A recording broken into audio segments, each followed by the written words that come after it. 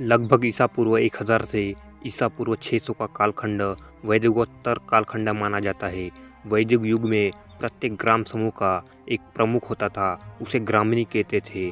कई ग्रामों के समूह को विश कहते थे और उसके प्रमुख को विशपति कहा जाता था। कई विश मिलकर जन बनाते थे। कालांतर में जब यह जन किसी विशिष्ट प्रदेश में स्थायी हो जाता था, तब उसे प्रदेश को जनपद कहते थे। जनपद के प्रमुख को नृप अथवा राजा कहा जाता था और जब ये जनपद और भी बड़े हो जाते थे, तब उसे महाजनपद कहा जाता था। और इस तरह उत्तर वैदिक काल के अंत में महाजनपद का उदय हुआ। ये जनपद छोटे छोटे राज्य थे।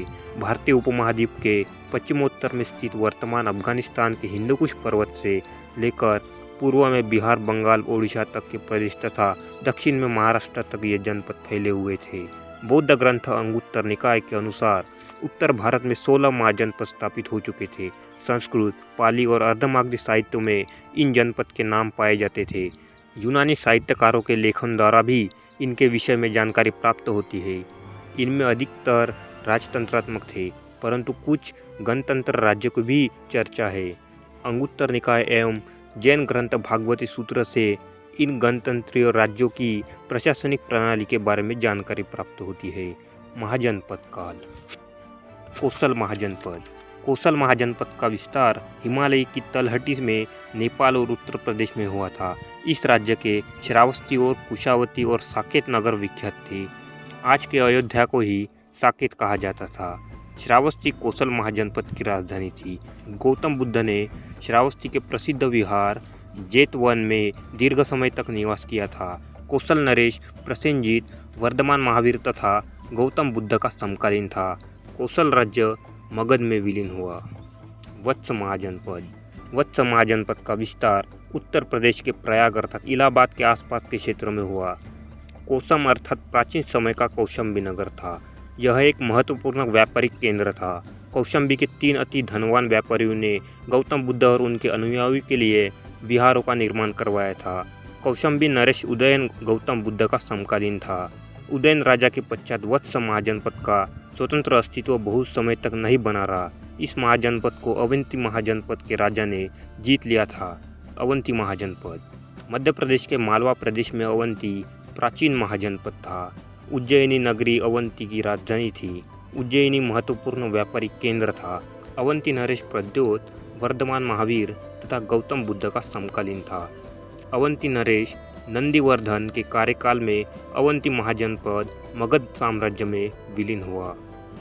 गांधार महाजनपद। वर्तमान पाकिस्तान के पेशावर तथा रावलपिंडी की भूमि पर गांधार महाजनपद स्थित था। इसकी राजधानी तक्षशिला थी। रामायण से पता चलता है कि इस नगर की स्थापना भरत के पुत्र तक्ष ने की थी।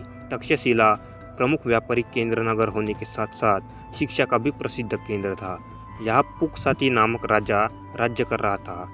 उसने मगधराज बिंबिसार के दरबार में अपना एक दूत मंडल भेजा था और इस प्रकार गांधार तथा मगध राज्यों के बीच मैत्री संबंध प्रस्तावित हुआ। पुकसती ने अवंती के ऊपर आक्रमण कर वहाँ के राजा प्रद्योत को पराजित किया था। कंबोज महाजनपद। दक्षिण पश्चिम कश्मीर के भाग को मिलाकर प्राचीन काल में कंबोज महाजनपद बना था। इसकी राजधानी राजपुर अथवा हाटक थी। यह गांधार का पड़ोसी राज्य था। कालांतर में यह राजतंत्र के स्थान पर संघ राज्य स्थापित हो गया था। चेदी महाजनपद। आधुनिक बुंदेलखंड के पूर्वी तथा उसके सीमावर्ती भागों में प्राचीन काल का चेदी महाजनपद स्थित था। इसकी राजधानी श्रावस्ती थी। ऐसा कहा जाता है कि महाभारत काल में यहाँ का शासक शिशुपाल था, जिसका वध श्री कृष्ण द्वारा किया गया था। कुरु महाजनपद। मेरठ, दिल्ली, थानेसर के भूभागों में कुरु महाजनपद स्थित था। इसकी राजधानी इंद्रप्रस्थ थी। महाभारतकालीन हस्तिनापुर का नगर भी इसी राज्य में स्थित था। जातक ग्रंथों के अनुसार इस नगर की परिधि 2000 मील के लगभग थी। बुद्ध के समय यहाँ का राजा कोख्य था। कुरु के लोग प्राचीन समय से ही अपनी बुद्धि एवं बल के लिए प्रसिद्ध थे। पांचाल महाजनपद।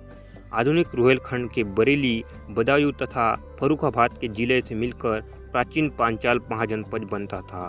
उत्तरी पांचाल की राजधानी अहिछत्र थी तथा दक्षिणी पांचाल की राजधानी काम्पिल्य थी।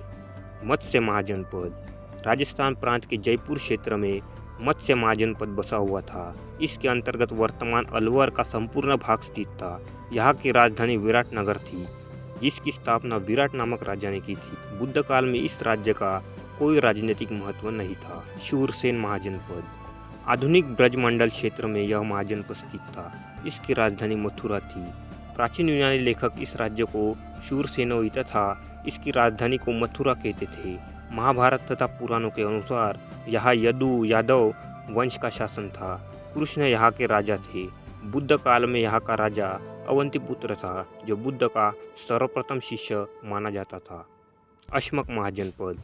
गोदावरी नदी के तट आज के महाराष्ट्र के क्षेत्र पर अशमक महाजनपद स्थित था। इसकी राजधानी पोतन या पोटिल थी।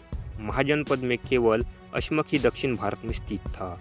मगध महाजनपद। बिहार में पटना, गया शहरों के आसपास के क्षेत्र और बंगाल के कुछ क्षेत्रों में प्राचीन मगध महाजनपद था।